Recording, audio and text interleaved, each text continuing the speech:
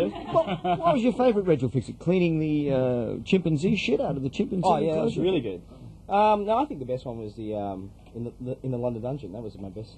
The London Dungeon. Yes, well that's also the most requested, so we might have a listen to that too. But in the meantime, because we do have a responsibility to stay a tad musical, I know one of the favourite schlock tunes indicated by the faxes we've had was Coontown. I'm going, bye-bye. A redneck, a horrible person named Johnny Reb, who actually released this record and had some success with it in the States in the late 50s, early... Alabama is still regarded as the butthole of the universe. Yes, indeed. Wheelchairs Anonymous. The word I've got on that song is that Hall & Oates are about to do a version.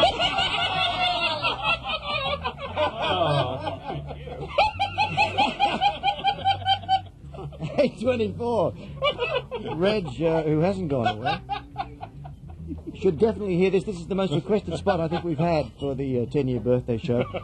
Reg's appearance, Reg's comprehensive description of the London Dungeon after dark, when he was the only person there in London. I probably set the whole thing up on the card. I'll see if we've got it together for you. It's one of the biggest things we've ever done.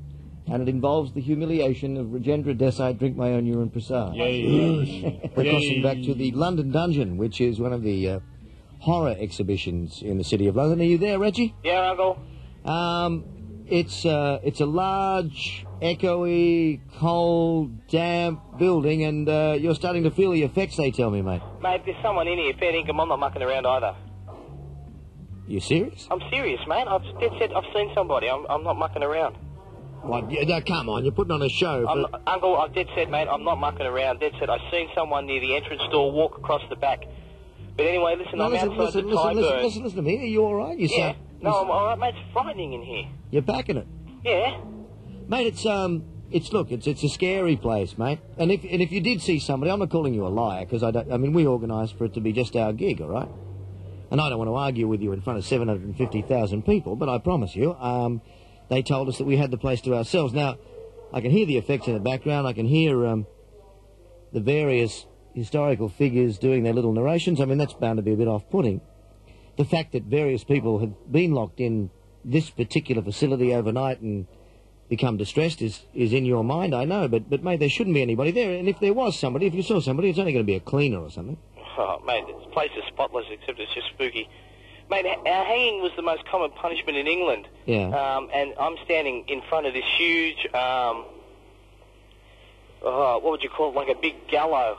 Yeah. Big wooden gallows with this guy just hanging by his neck and his family standing beside him, little child. They're what? They're just the wax dummies, are they, mate?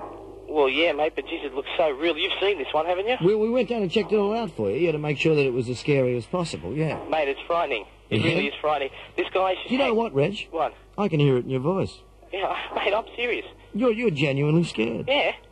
Well, you don't need to be, mate. Your uncle's taking care of everything. Yeah, but you're there, I'm here. Yeah. Yeah, I guess. Yes. So it's got the Tyburn gallows were during the 17th and 18th centuries. There was a three-legged structure called the Tyburn tree, and was situated at the present Marble Arch in London. And around the gibbet were erected open galleries, like a racecourse stand, wherein seats were let for the spectators to watch the executioners. And this thing that I'm standing in front of... Oh, shit! Oh, mate!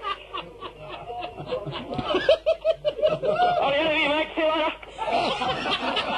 See you later.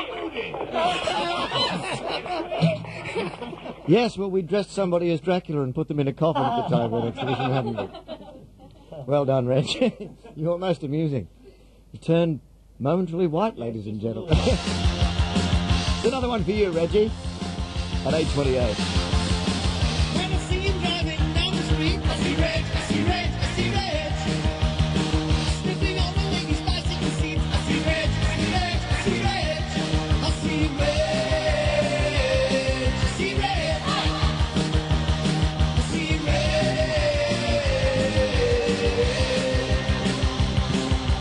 Mooning nuns and grannies, silent farting behind the blind waters. Why?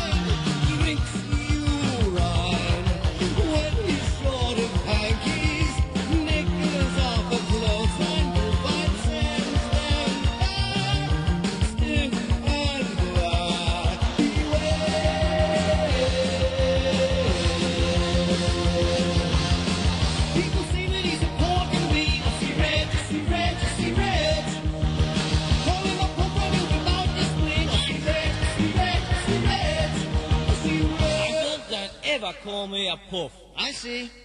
Reg. Darling. Rajendra Desai, drink my own urine. Prasad, who is here with a cast of thousands on our 10th birthday bash. Denton's Contour Pillows. Designed in the exact shape of the body of the boy genius from indoor cricket. So it's just like sleeping with your head on Andrew Denton. Oh, yuck! Which end did you get? I'm Andrew Denton, and I thoroughly recommend this exciting new product. Oh, it's real! Oh, my God! Oh, quick! Hit it with something! Right! Oh! Denton's Contour Pillows. Probably the silliest thing you'll ever buy. What are those little things coming out the end? Oh, little polystyrene balls. They're not polystyrene. Oh, yuck! Thank you. Oh, yuck. Bob Carr here, Doug, sending you a message of congratulations on 10 years topping the ratings in radio and entertaining the people of Sydney. I hope you can send me a 10-year message when I've chalked up a decade as Premier of New South Wales. Hi, Doug. This is Nick Greiner. I don't claim to listen to you every morning, but all the rest of my household does. I've always enjoyed our opportunities of skiing together. You do that better than I do. Singing together from the mountaintop at Thredbo. I think we both do that about the same. And I do remember bringing you breakfast one day many years ago, back in one election campaign where we actually did rather well. It was probably due to the plum jam we left you. But all in all, I think it's a tremendous effort to have spent a whole decade at Triple M entertaining the people of Sydney.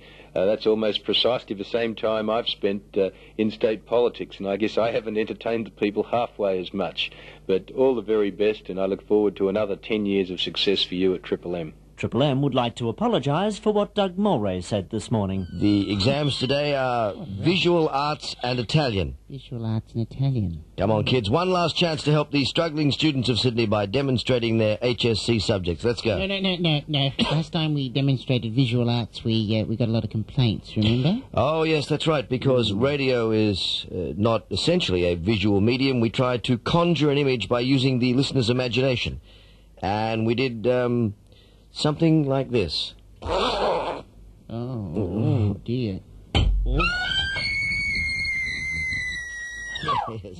You remember? Yeah. I think we succeeded. I think we did. Yes, we succeeded in... alienating thousands of 25 to 39-year-old women. I don't think we should really do that again. We shouldn't do it. All right, then. We'll leave visual arts and just demonstrate Italian. What do you say? All right. Okay, you ready for a visual demonstration of Italian? Yeah. Here we go. Oh. Mamma mia! Mulray FM.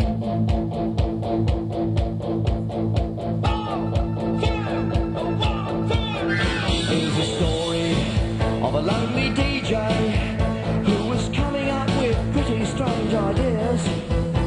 Most dealt with toads or crucifixion, and some of them were queers.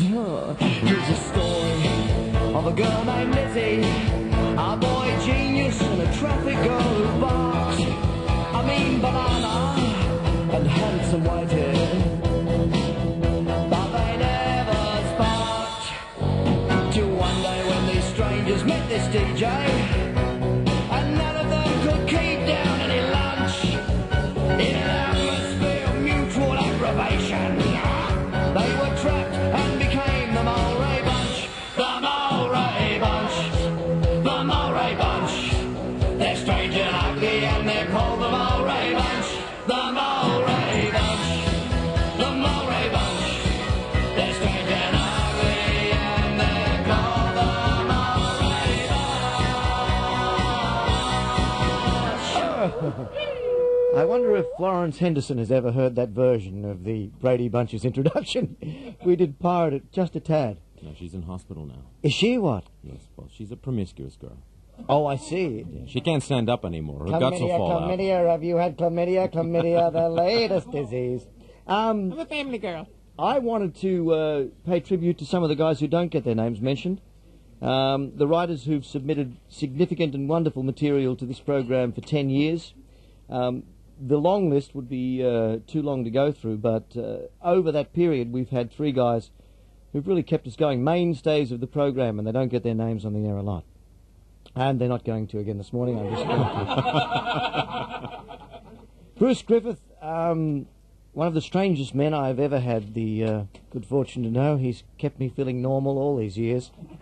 Has submitted some really twisted material. You could always tell when Bruce's scripts came in, even if the fax machine went wrong and you didn't get the name and address on the bottom, you'd still know when somebody died at the end of the sketch that it was Bruce's.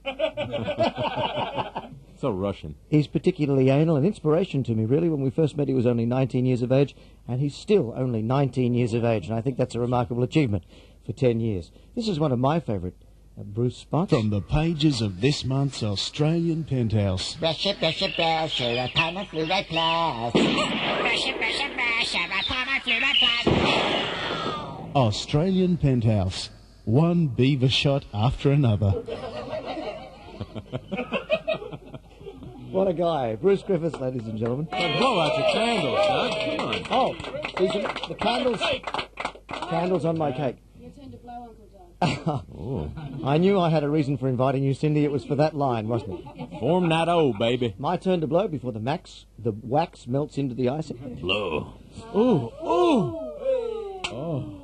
Oh. It doesn't matter what they tried to cook it as. Doesn't matter what they tried to cook it as. It's garlic flavoured. Now, what's this? A file in the middle of the cake, is it? Ooh. It's the file on Andrew Denton's sex life. It's very thin. I'll be reading that later. Very sharp. While we're doing writers, Simon Dodd worked with us for many years and is working with us again. He has worked with Andrew, I guess when he got tired of us, but he's back again now because Andrew is not drawing nearly the budget from the ABC he used to. Just testing to see if he was within earshot. This is the most requested spot that Simon ever wrote, and now we haven't got time to do all the others. We'll just do this one. The letter to Penthouse. A letter to Penthouse. Dear Sirs, I've always enjoyed the stories in your magazine, but never in my wildest imagination did I think that something like that could happen to me. However, just recently, I had the most stimulating experience of my entire life, and I thought that I should share it with you and your readers. I met the most beautiful and amazingly intelligent woman at an arty-farty, quasi-pseudo-intellectual, pretentiously nihilistic, trendy, cocaine-snorting party, and after a while she invited me back to her place for hot coffee. We were relaxing in her headroom, and quite out of the blue she pecked me on the cheek with a cynical remark. I was shocked, but gave her a full, long monologue about psychological defence mechanisms, right on the lips. She blushed at first, then placed her verbosity on my knee. I responded by embracing her ideals and forcing my hot, throbbing existentialism into her mouth. It was terrific. She told me to be gentle, as she'd never had a serious conversation before. Don't worry, baby, I said, and began to gently stroke her politics. She enjoyed this, so I moved up to her inner religious beliefs. By this stage, there was no turning back. We were ecstatic. I easily slipped my hand into a flimsy discourse on Einstein's general theory of relativity and slowly caressed her perfectly formed concepts of spatial time. Our eyes met. Passion mounted. She grabbed my swollen self-image and we fell to the floor. I unzipped her personal values and passionately probed her whole lifestyle. It was a tremendous turn-on. We rolled our delusions, and in the heat of the moment she ran her fingernails down my enormous guilt complex, causing several large scratch marks. I was too worked up to feel the pain. I lustfully built her neurosis as she fondled my metaphysical predicament. I quoted, she paraphrased. I quoted her paraphrase. She remarked, I replied. She hungrily theorized as I excitedly philosophized deeper and deeper. We were so esoteric. I plagiarized. She questioned. I answered, and then suddenly and simultaneously, with an almighty crescendo, we agreed. It was fantastic. I couldn't believe it. Well, since then, we've met on occasions and have had really great in-depth conversations. A couple of times she's brought around a girlfriend for a heated argument. We've organised threesomes and foursomes for some very stimulating talk sessions and once had a rather steamy panel discussion in the hot tub. However, I'll never forget that first meeting when we really got serious. Yours, Reginald, name withheld, 69 Anonymous Crescent, not telling you. Simon Dodd. It's 9:15. It's another one of Bruce Griffith's masterpieces. Got myself into some trouble tonight.